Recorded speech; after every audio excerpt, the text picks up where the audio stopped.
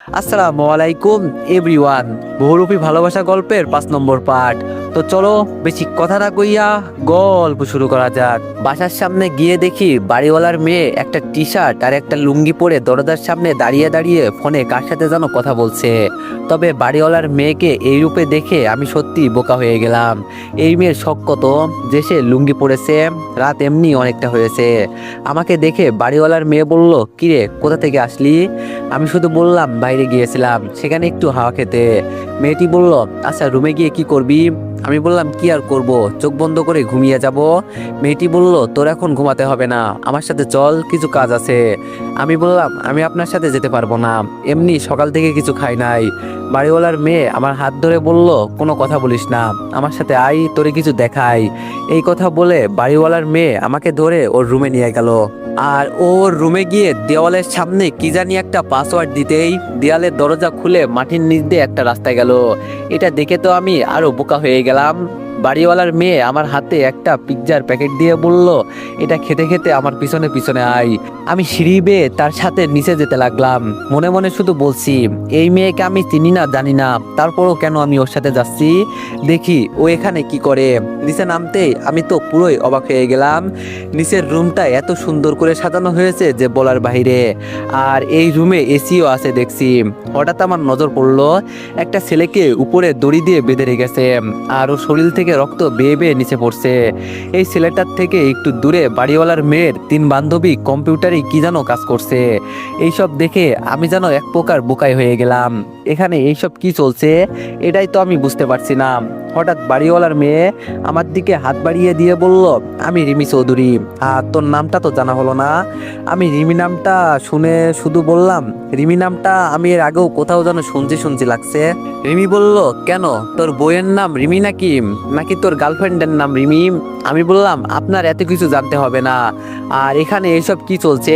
রিমি হাসতে হাসতে বলল, কি চলছে তুই বল, আর তার আগে তোর নামটা বল যাতে তোরে মনে রাখতে পারি। আমি বললাম, কেন, আমার নাম দিয়ে আপনি কি করবেন? রিমি বলল, আমি কি করব না করব সেটা তোর লাভ নেই, আগে তোর নামটা বল।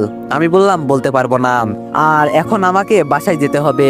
রিমি আমার কথা শুনে আমার দিকে তাকিয়ে একটা হাসি দিয়ে বলল, মরার খুব শখ না তোর? এই কথা বলে রিমি একটা তলোয়ার আর একটা পিস্তল আমার সামনে রেখে বলল, এগুলো দিয়ে কিছু কাজ করব, ভয় পাস না আবার। তবে আমি তোর নামটা জানতে পারলাম না, খুব খারাপ লাগলো আমার। আমি এবার ভয়ে ভয়ে বলে দিলাম, মানে আমার নাম রিফাত। রিমি বলল, ও তোর নাম রিফাত, ভালোই হয়েছে, তোর নামটা জানতে পেরেছি। এখন তোর কাজ হলো, এই যে সামনে একটা ছেলেকে দড়ি দিয়ে ঝুলিয়ে রেখেছি, তুই তাকে মারবি, হয়তো গুলি করে মারবি, নয়তো ওকে কেটে টুকরো টুকরো করে মারবি। এখন তোর যেটা পছন্দ হয় সেটা করবি, তবে মোট কথা হলো ওকে তোর মারতেই হবে, নইলে তুই নিজে আজকে এখানে মরবি। রিমি আমার হাতে পিস্তল তুলে দিয়ে বলল, পুরোপুরি এটা লোড করা আছে, শুধু তুই ওর উপরে চালিয়ে দে। আমি বললাম, এই আপনার কি মাথা খারাপ হয়ে গেছে? নিরীহ একটা ছেলেকে এভাবে মারতে আপনার খারাপ লাগে না? আর আবার আমাকে মারতে বলছেন, আপনার মাথা খারাপ হয়ে গেছে, ওকে আমি মারবো? দাঁড়ান, আমি পুলিশকে খবর দিচ্ছি।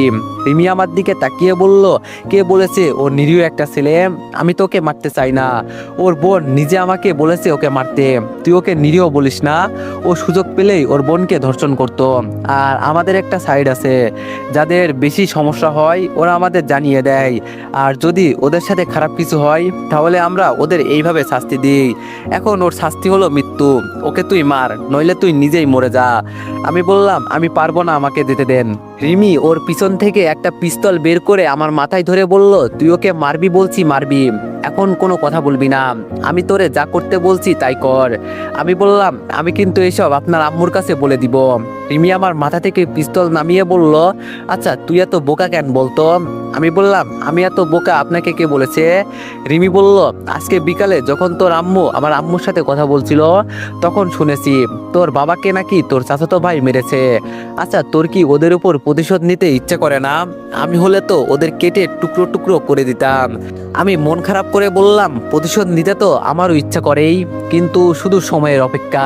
একটা কথা তো জানেন, ধৈর্যের ফল অনেক মিষ্টি হয়। রিমি বলল, তুই আবার প্রতিশোধ নিবি? আমার তোরে দেখে এমনটা মনে হয় না, তার চেয়ে তুই আমাদের সাথে যোগ দে, আমি তোরে দিয়ে তোর ভাইকে এমন করে মারাবো যেন সবাই ভয়ে তোরে দেখে কাঁপে। আমি বললাম, মিস রিমি চৌধুরী, তার আর দরকার নেই, আমার কাজ আমি নিজেই করতে পারবো। তাছাড়া আমি এখন একজন সেনাবাহিনী, আজকে আমার চাকরি হয়েছে। রিমি আমার দিকে কিছুক্ষণ তাকিয়ে থেকে বলল, তোরে যতটা বোকা মনে হয় তুই আসলেই ততটাও বোকা না। জীবনে অনেক কিছু করতে পারবি, আর যদি খুন খারাপি করতে চাস বা তোর টাকার দরকার হয় তাহলে আমাদের গ্যাংয়ে যোগ দিবি, তাহলে তুই সব কিছু পাবি। আমি বললাম, সরি, আমার এইসবের দরকার নেই। আচ্ছা, এই ছেলেটাকে ছেড়ে দেন। রিমি আমার হাত ধরে বলল, আমার সাথে আয়, তোরে একটা ভিডিও দেখাই, এরপরে যদি তোর মনে হয় ওকে ছেড়ে দেওয়া যায় তাহলে আমি কসম করে বলছি ওকে ছেড়ে দিব। আমি হয়তো আমার আম্মুর কাছে খারাপ হতে পারি, গাঁজা খাই, নেশা করি, কিন্তু কেউ আমার কষ্ট কখনো বুঝতে চায় না। কেউ একটাবার এসে আমাকে জিজ্ঞেস করে নাই আমি এত খারাপ কেন হয়েছি। আমি তো একটা মেয়ে মানুষ, আমি তো এইসব করতে চাই নাই, কিন্তু কি করব বল, পরিস্থিতি আমাকে এমন করেছে। এই কথাগুলো বলে রিমি ওর চোখের পানি মুছলো। আমি বুঝলাম না ওর কি এমন হয়েছে যার জন্য ও এত কান্না করছে। রিমি ওর এক বান্ধবীকে ইশারা করতেই একটা ভিডিও আমার সামনে প্লে করলো। ভিডিওটা এমন ছিল যেখানে একটা মেয়েকে মিলে একজন ছেলে ধর্ষণ করছে, আর শুধু ধর্ষণ করছে বললে ভুল হবে, ওই মেয়েটিকে যেভাবে শাস্তি দেওয়ার দরকার সেভাবেই শাস্তি দিচ্ছে। তবে মেয়েটাকে ছেলেটার থেকে একটু বড় মনে হচ্ছে। মেয়েটা শুধু কান্না করছে আর ওর হাত মুখ বেঁধে রেখেছে। ভিডিওটা শুধু এই পর্যন্তই ছিল। ভিডিও শেষ হতেই রিমি আমার দিকে তাকিয়ে বলল, এই মেয়েটা আর কেউ না, এটা হলো ওর বড় বোন, যার একটা বাচ্চা আছে। এখন তুই বল ওর কি করা উচিত। তুই হয়তো এটা বলতে পারিস, এই ভিডিওটা আমি কোথা থেকে পেয়েছি। যেই মেয়েটা ধর্ষিত হয়েছে ও আমাদের সাথে কোনো একভাবে যোগাযোগ করছে, আর ওর ভাই এই ভিডিওটা অনলাইনে ছেড়ে দেয়। এরপরও কি আমি ওকে ছেড়ে দিতে পারি তুই বল। ওর বোন যখন আমাদের কাছে বিচার চাইছে তখন আমার কাছে মনে হলো আমি এর চাইতে অন্য কিছু করতে পারবো না। আমি রিমির দিকে একবার তাকিয়ে সামনে থাকা লম্বা তলোয়ারটা হাতে নিলাম। ছেলেটাকে দড়ি দিয়ে বেঁধে রেখেছে, আমি আগে ওকে মুক্ত করলাম। ছেলেটার দিকে তাকিয়ে শুধু বললাম, মরার আগে তোর কোনো শেষ ইচ্ছা আছে? ছেলেটা কেঁদে দিয়ে বলল, ভাই আমি বাঁচতে চাই, প্লিজ আমাকে ওদের হাত থেকে বাঁচান, আমি আর এইসব কাজ ভুলেও করব না। ছেলেটার কথা শুনে আমার কেন জানি মেজাজ গরম হয়ে গেল। তলোয়ারটা দুই হাতে নিয়ে শক্ত করে ধরে গলা বরাবর বসিয়ে দিলাম। ছেলেটার মাথা ছিটকে একদিকে পড়লো আর দেহটা আমার সামনে পড়ে গেল। আজকে কেন জানি আমার ভিতরের পশুটা জেগে গেল, রক্তে আমার পুরো শরীরটা ভিজে গেছে। ছেলেটার মাথা হাতে নিয়ে বললাম, কেন তোরা এমন করিস? ও তোর বোন ছিল, একজন ভাইয়ের কাছে নিজের বোন যদি নিরাপদ না থাকে তাহলে তুই কিভাবে ভাই আমাকে এটা বল। আমি রিমির হাতে ছেলেটার মাথা দিয়ে বললাম, জানি না আমি ভুল করেছি কিনা, তবে আমার কাছে যেটা ভালো মনে হলো আমি সেটাই করেছি। তবে আমার নতুন নতুন চাকরি হয়েছে, আপনি প্লিজ। রিমির বান্ধবী আমার সামনে এসে আমাকে একটা লুঙ্গি দিয়ে বলল, যান গোসল করে আসেন, আর আপনার নিরাপত্তা আমরা দিব, এই নিয়ে কোনো চিন্তা করবেন না। আমি লুঙ্গিটা হাতে নিয়ে ওয়াশরুমে ঢুকে গেলাম। ওয়াশরুম থেকে বের হয়েই দেখি সবকিছু একদম পরিষ্কার হয়ে গেছে, কোথাও কোনো রক্ত নেই। সামনে শুধু রিমি একটা টেবিলের উপর দুইটা পা ঝুলিয়ে বসে আছে। আমাকে দেখে রিমি বলল, তোর আম্মু মনে হয় তোর জন্য অপেক্ষা করছে, আয় আমার সাথে। তবে তুই চাকরি কর, আমি না করব না, মাঝে মাঝে আমাদের কিছু কাজ করে দিবি, বিনিময়ে তুই যা চাস তাই পাবি। আমি টেবিলের উপর থেকে পিস্তলটা নিয়ে বললাম, এটা আমার লাগবে। রিমি বলল, তোর পছন্দ হলে নিয়ে নে, আমি না করব না। আমি বললাম, আপনি কি সবসময় এমন থাকেন? রিমি বলল, জানিস মানুষ কখন পৃথিবীর সবকিছু ছেড়ে যখন এমন পথে চলে আসে যখন সে দেখতে পায় তার চারপাশে সবকিছু একদম শূন্য। আমি বললাম, বুঝলাম না। রিমি চশমা পরে বলল, আয় তোরে বাসায় পৌঁছে দিয়ে আসি। আমি বললাম, আমি তো এখন বাসায় আছি। রিমি হাসি দিয়ে বলল, তাই তো। আমি বললাম, আপনি খুব সুন্দর মিস রিমি চৌধুরী, বিশেষ করে চশমাতে আপনাকে মারাত্মক সুন্দর লাগে। রিমি বলল, প্রেম করবি আমার সাথে? আমি বললাম, না। রিমি বলল, কেন, আমি কি দেখতে শুনতে খারাপ? তুই না বললি আমি দেখতে মারাত্মক সুন্দরী? আমি বললাম, আল্লাহর তৈরি সবকিছু সুন্দর, শুধু আমার মনের দিক দিয়ে খারাপ। তবে আপনি প্লিজ এইসব আমার আম্মুকে। রিমি বলল, তোর এইসব নিয়ে কোনো চিন্তা করতে হবে না, আমি বলছি তো এইসব কেউ জানতে পারবে না। আমি আর কিছু না বলে রিমির রুম থেকে চুপটি করে বের হয়ে উপরে চলে গেলাম। বাসার ভিতরে গিয়ে দেখি আম্মু চেয়ারে বসে আছে। আমাকে দেখে আম্মু বলল, কিরে বাবা, সেই কখন গেলি, মাত্র আসলি, কি হয়েছে কিছুই তো জানি না। আমি আম্মুকে জড়িয়ে ধরে বললাম, আম্মু তোমার ছেলের চাকরি হয়ে গেছে। আম্মু আমাকে সরিয়ে বলল, থাক থাক আর মিথ্যা কথা বলতে হবে না, তুই টেবিলে বস, আমি খাবার দিচ্ছি। আমি আম্মুর হাতে আমার চাকরির কাগজটা দিলাম। আম্মু ওটাই কিছুক্ষণ দেখে কান্না করে দিল। আম্মু আমাকে জড়িয়ে ধরে বলল, আজকে যদি তোর বাবা থাকতো তাহলে তিনি কতটাই না খুশি হতেন। আমি যে আজকে কতটা খুশি হয়েছি বাবা, বলার বাইরে। আমি বললাম, আরে আম্মু থাক থাক আর কান্না করতে হবে না। আম্মু বলল, কিরে তোর কপালে এইসব কিসের রক্ত? আম্মুর কথা শুনে আমি ভয় পেয়ে গেলাম। কোনো মতে কপালে হাত দিয়ে রক্ত মুছে বললাম, আরে আম্মু রাতে আসছি না, এজন্য মশা ধরছিল, আর এই জন্য কপালে রক্ত লেগে আছে। আম্মু বলল, সে না হয় বুঝলাম, কিন্তু তুই লুঙ্গি পরে আসিস কেন? কোনো কিছু কি হয়েছে তোর বাবা? আমার কেন জানি মনে হচ্ছে তুই আমার থেকে কিছু লুকাচ্ছিস। আমি মনে মনে বললাম, আমি জানতাম আম্মু আমাকে সন্দেহ করবে, মায়ের মন তো এজন্য, সন্তানের কি হয় না হয় তিনি কিছুটা হলেও বুঝতে পারেন। আমি একটু রাগ দেখিয়ে আম্মুকে বললাম, ওই তোমার ছেলে চাকরি পেয়েছে তা নিয়ে একটু আনন্দ করবা, কিন্তু তা না করে তুমি উল্টো আমাকে সন্দেহ করো। আম্মু বলল, দেখ বাবা রাগ করিস না, তুই টেবিলে বস, আমি খাবার দিচ্ছি। আম্মু কিচেন থেকে খাবার এনে আমাকে দিল। মাই হয়তো ঘুমিয়ে গেছে। খেয়ে দে আমি আমার রুমে চলে গেলাম, কিন্তু কিছুতেই আমার ঘুম আসছে না। একটু পর পর ওই কিছুক্ষণ আগে যে ছেলেটাকে মারলাম তার ছবি বারবার সামনে ভেসে উঠছে, এজন্য কিছুতেই ঘুম আসছে না। রুম থেকে বের হয়ে ধীরে ধীরে ছাদে চলে গেলাম।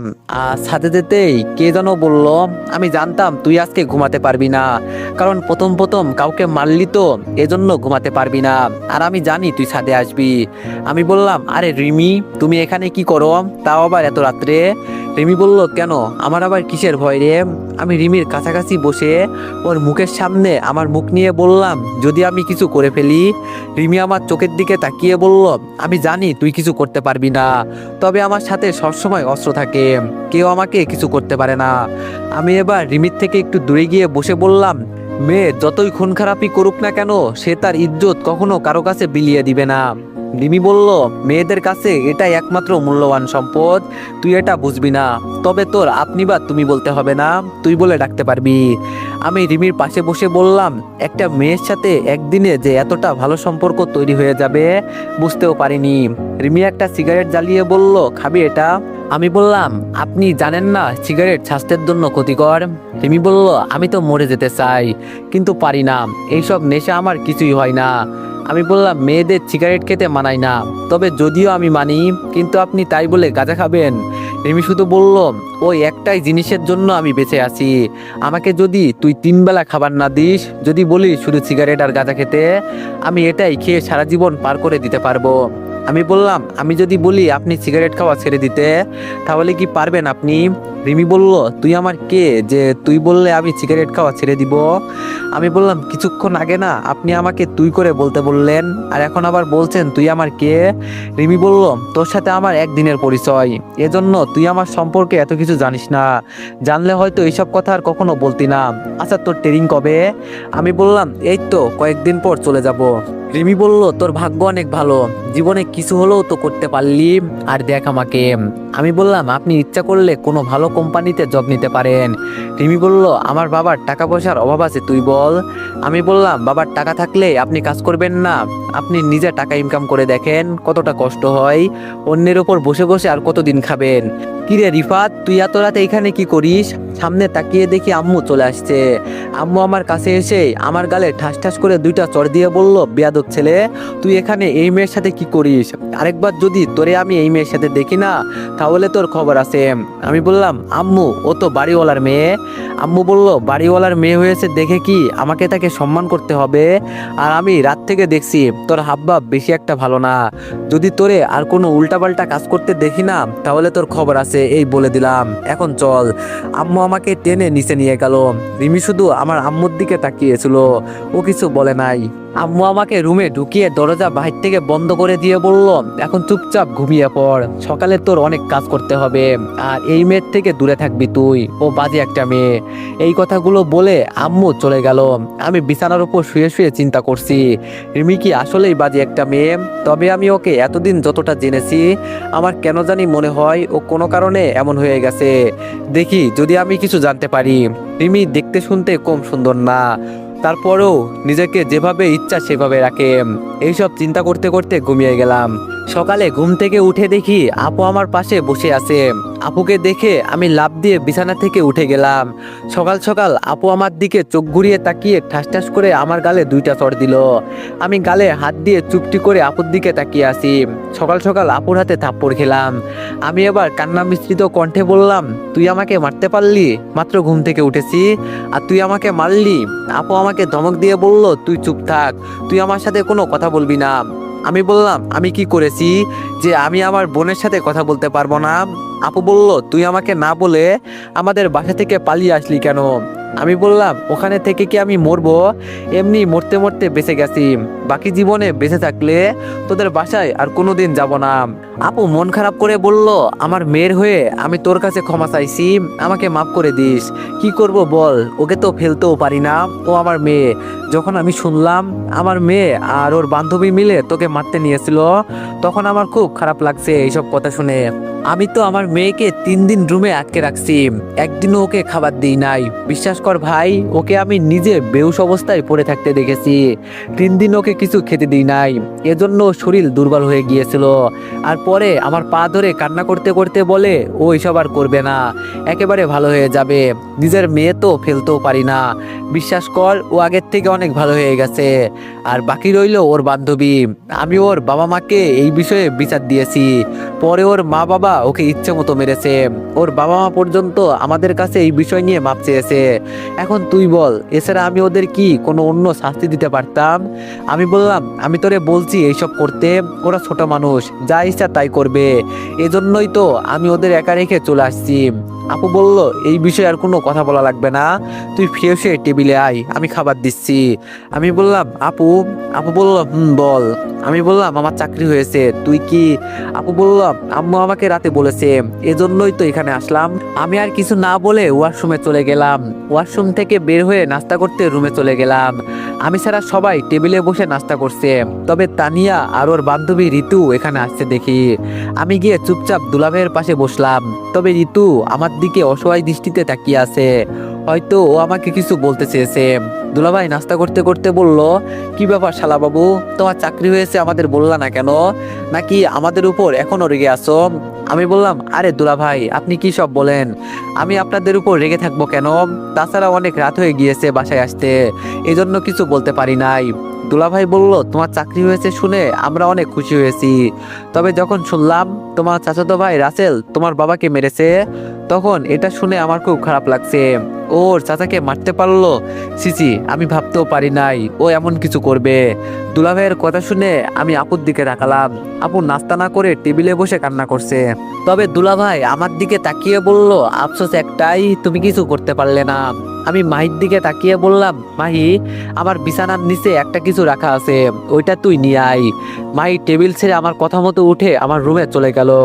আর কিছুক্ষণ পর একটা পিস্তল এনে আমার হাতে দিয়ে বলল, ভাইয়া এটা কি? তোর বিছানার নিচে পিস্তল কেন? আমি পিস্তল হাতে নিয়ে হাসতে হাসতে বললাম, আগের জীবন আমার কতটাই না সুন্দর ছিল আপু। দুলাভাইয়ের সাথে কাজ করতাম আর দিন শেষে বাসায় আসতাম, কিন্তু তোর মেয়ে আর ওর বান্ধবী আমাকে ভালোভাবে বাঁচতেও দিল না। তোদের বাসা থেকে পালিয়ে আসার পর আমাদের সাথে এমন হয়েছে। রাসেল আমার বাবাকে ভয় দেখিয়ে অনেক কিছু করেছে, আমাদের সম্পত্তিগুলো ওর নামে লিখে নিয়েছে, আবার ওর বোনের সাথে আমার বিয়েও ঠিক করছে, আর শেষে ও আমার বাবাকে মেরে ফেললো। বিশ্বাস কর আপু, আমি খারাপ হতে চাই নাই, কিন্তু ও আমাকে খারাপ বানিয়েছে। আমি চাকরি করব ঠিকই, কিন্তু এর পাশাপাশি অনেক কিছু করব। জানিস আপু, আজকে রাতে আমি একটা ছেলেকে নিজ হাতে মেরেছি। তলোয়ারটা অনেক লম্বা ছিল, ওটা দিয়ে ওর গলা কেটেছি আমি। ছেলেটা কি করতো জানিস? ওর বোনকে ধর্ষণ করেছিল, এই জন্য মেরেছি। আম্মু রাতে আমাকে জিজ্ঞেস করেছিল, তোর কপালে রক্ত কেন, আর তুই লুঙ্গি পরে কোথা থেকে আসলি? আসলে আমার কপালে রক্ত ছিল ওই ছেলেটার, শুধু কপালে রক্ত ছিল না, পুরো শরীরে রক্ত ছিল আমার, আর তখন গোসল করে লুঙ্গি পরেছিলাম। তবে আপু, তোরে আমি কথা দিচ্ছি, ওই রাসেলের মাথা কেটে আমি তোরে গিফট দিব, এটা মনে রাখিস। ও ওকে সবার সামনে আমি কুত্তার মতো করে ফেলে মারবো। ও আমার বাবাকে মেরেছে না, আমি ওকে নিজ হাতে মারবো। এক সময় তোর ভাইয়ের নামটা শুনে সবাই ভয়ে কাঁপতে থাকবে, এটা মিলিয়ে নিস, ছাড়বো না আমি কাউকে। আমার কথাগুলো শুনে সবাই যেন কেমন নজরে আমার দিকে তাকিয়ে আছে। তানিয়া আর ওর বান্ধবী তো ভয়ে বসে বসে কাঁপাকাঁপি করছে। হঠাৎ কোথা থেকে আম্মু লম্বা একটা লাঠি নিয়ে আমাকে ইচ্ছা মতো মারতে লাগলো। মারতে মারতে বলছে, তোরে আমি এই শিখাইছি? ও তোর বাবাকে মেরেছে দেখে তুইও কি তার মতোই খারাপ হয়ে যাবি? আমি তোরে দিয়ে এগুলো আশা করছিলাম? আপু আম্মুকে ধরে বলল, আরে আম্মু থাকতো, আমি বুঝিয়ে বলছি, তোমাকে মারতে হবে না। আপু আম্মুকে কোনো মতে বুঝিয়ে আপু আমার পাশে বসে বলল, উল্টাপাল্টা কিছু করার দরকার নেই তোর, তুই তোর মতো চাকরি কর, এইসব সময় হলে দেখা যাবে। আজকে একজন যদি খারাপ হয়ে যায় তাহলে তুইও কি তার সাথে খারাপ হয়ে যাবি? এইসব করার কোনো দরকার নেই। ট্রেনিং শেষ করে মনোযোগ সহকারে চাকরি কর, নিজের লাইফে ফোকাস কর, কে কি করলো এটা দেখার বিষয় না। আমি মাথা চাকিয়ে বললাম, আপু বলল, বললে কি হবে? তবে তুই কি সত্যি কাউকে মেরেছিস?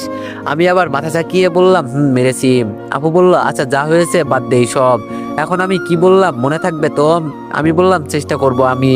তবে তুই আমাকে যা কিছুই বলিস না কেন আমি সেগুলো মানার চেষ্টা করব, কিন্তু ওই রাসেলকে আমি নিজ হাতে মারবো। এজন্য যদি আমার চাকরি চলে যায় যাবে, তোরা যদি আমাকে বাসা থেকেও বের করে দিস তাহলেও আমি কিছু বলবো না, কিন্তু ওকে আমি ছাড়বো না। বাবা আমার জন্য কত কিছু করেছে, সারাদিন মাঠে কাজ করে এসে হাসি মুখে আমাকে বলতো, বাবা পড়াশোনা কর। আমার মতো এইসব কাজ তুই করতে পারবি না। নিজের সিগারেট কেনার টাকা রাখতো না, উল্টা আমাকে টাকাগুলো দিয়ে বলতো, তুই নাকি ফোনে এমবি নাকি কি কিনবি, কিনে নিস। এইসব কথা কিভাবে আমি ভুলে যাব, যিনি আমাকে তার নিজের শরীরে রক্ত বিক্রি করে চিকিৎসা করিয়েছেন। আমার বাবাকে ওরা মেরে ফেলেছে, আমি কি করে ওরে ছেড়ে দিব? তুই বল কিভাবে ছেড়ে দিব? আমি পারবো না আপু। আপু আমাকে জড়িয়ে ধরে শুধু কান্না করছে।